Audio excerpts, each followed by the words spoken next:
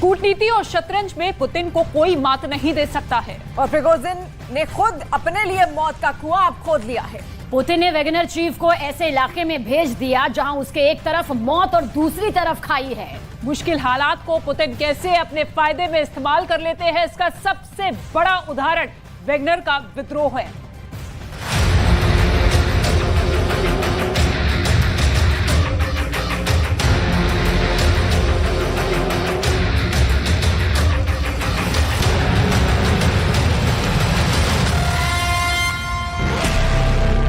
रूस की सड़कों पर वैगनर ने जो कुछ भी किया वो आज भी पुतिन के दिलो दिमाग में घूम रहा है। पुतिन जब तक वैगनर चीफ को सजा नहीं देंगे तब तक पुतिन को चैन नहीं आएगी।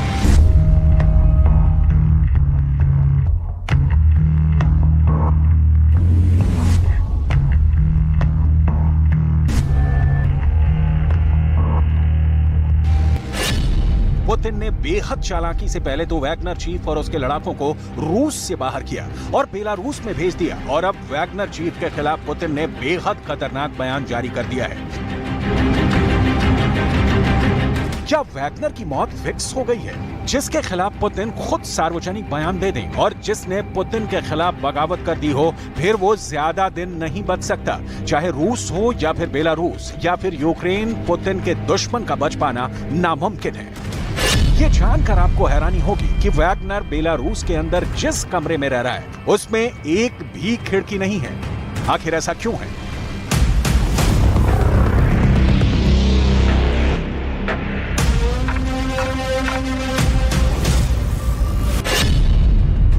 आखिर क्यों वैगनर चीफ के कमरे में एक भी खिड़की नहीं है?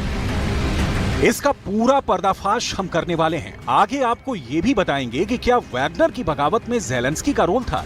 आखिर क्यों वैगनर की बगावत को ज़ेलेंस्की के लिए एक ट्रम्प कार्ड बताया जा रहा है। लेकिन सबसे पहले बात करेंगे पुतिन के खतरनाक चौकड़ी की। ये है पुतिन की चौकड़ी, जिसमें पहले नंबर पर हैं लुकाशेंको जो बेलारूस के राष्ट्रपति हैं, दूसरे नंबर पर हैं कादिरोव जो पुतिन के सेनापति और चेचन्या स्टेट के चीफ हैं, तीसरे नंबर पर हैं रूस के रक्षा मंत्री सर्गेई शोइगु, और चौथे नंबर पर कभी पुतिन के शेफ येवगेनी प्रिगोजिन का नाम आता था, लेकिन आज प्रिगोजिन इस चौकड़ी से आउट हो चुका है और अब इस तिकड़ी की जिम्मेदारी प्रिगोजिन को ठिकाने लगाने की है।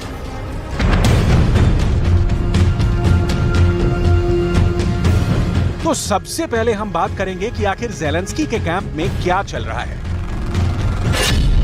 ज़ेलेंस्की के सबसे करीबी सलाहकार एंड्री यर्मक ने दावा किया है कि पुतिन एक समझदार व्यक्ति नहीं है और उनका जमीनी हकीकत से कोई संबंध नहीं है।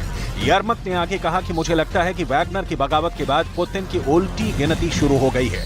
2014 के बाद से यूक्रेन ने जो देखा है उसमें रूस का असली चेहरा पूरी दुनिया के लिए साफ हो चुका है। आगे आपको बताएंगे कि आखिर ज़ेलेंस्की वैगनर चीफ का इस्तेमाल करने के लिए आगे क्या योजना बना रहे हैं। लेकिन सबसे पहले एक बेहद अहम समाचार की तरफ ध्यान देना बेहद जरूरी है।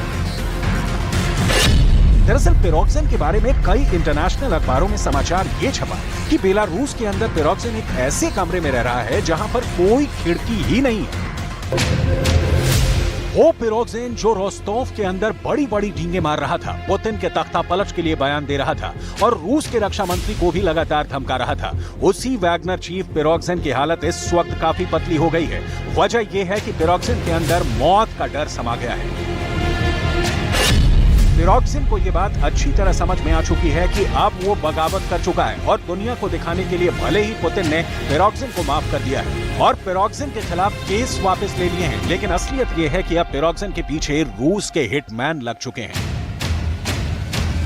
जैसा कि व्लादिमीर पुतिन का बयान भी सामने आ चुका है, प्रिगोजिन का नाम लिए बिना, लेकिन प्रिगोजिन की तरफ इशारा करते हुए पुतिन ने बयान दिया है कुछ धोखेबाज लोग यूक्रेन की सरकार और यूक्रेन के सहयोगियों के हाथों में खेल रहे थे, लेकिन देश इस दौरान एकजुट रहा और दुश्मनों के सारे अनुमान गलत साबित हो गए। वैगनर लड़ाकों ने बहुत संयम से काम लिया, जिसकी वजह से देश में खून खराबा होने से बच गया।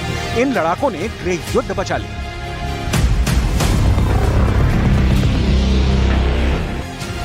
यहाँ समझने वाली बात यह है कि पुतिन की कूटनीति आखिर क्या है। दरअसल वैगनर ग्रुप की मुख्य तौर पर दो प्रमुख इकाइयां हैं।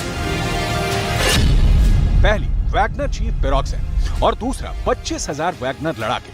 अब पुतिन ने वैगनर चीफ को धोखेबाज बता दिया है और वैगनर लड़ाकों को देशभक्त और बहादुर कहा है।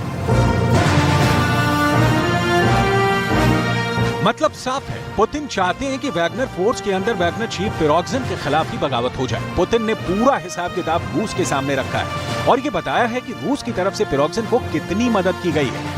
2022 года по май 23 на денежное содержание и стимулирующие выплаты государство заплатило компании «Вагнер» 86 миллиардов 262 миллиона рублей.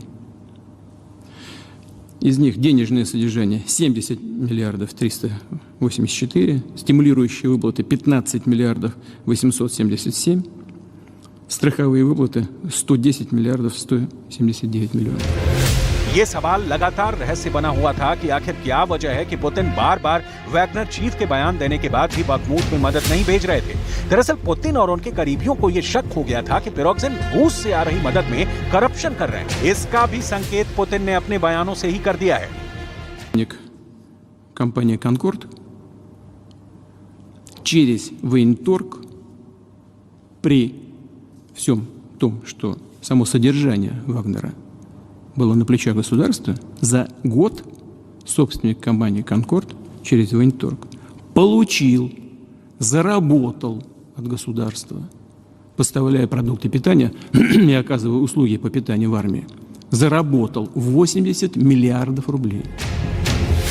यानी पुतिन को लगता है कि पिरोग्जिन वैसे बात तो देशभक्ति की करता है, लेकिन वो जंग के नाम पर अपने बिजनेस को बढ़ा रहा है। अमेरिका की तरफ से एक बयान पहले ही आ चुका है जिसमें व्हाइट हाउस की तरफ से कहा गया कि पिरोग्जिन युद्ध लड़ने के दौरान अपने निजी हितों को वरीयता दे रहा है और यही बात पुतिन को सबसे ज्यादा खटक रही थी। पुतिन के इन बयानों का असर होना भी शुरू हो चुका है।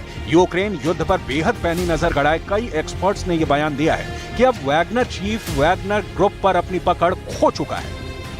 Definitely think this was the greatest threat to Vladimir Putin. I think that the threat, though, wasn't in, a risk that this could truly be a coup. The threat now is the amount of weakness that these events have exposed. सबसे बड़ी बात यह है कि Wagner group दुनिया के 1 दर्जन देशों में फैला हुआ है।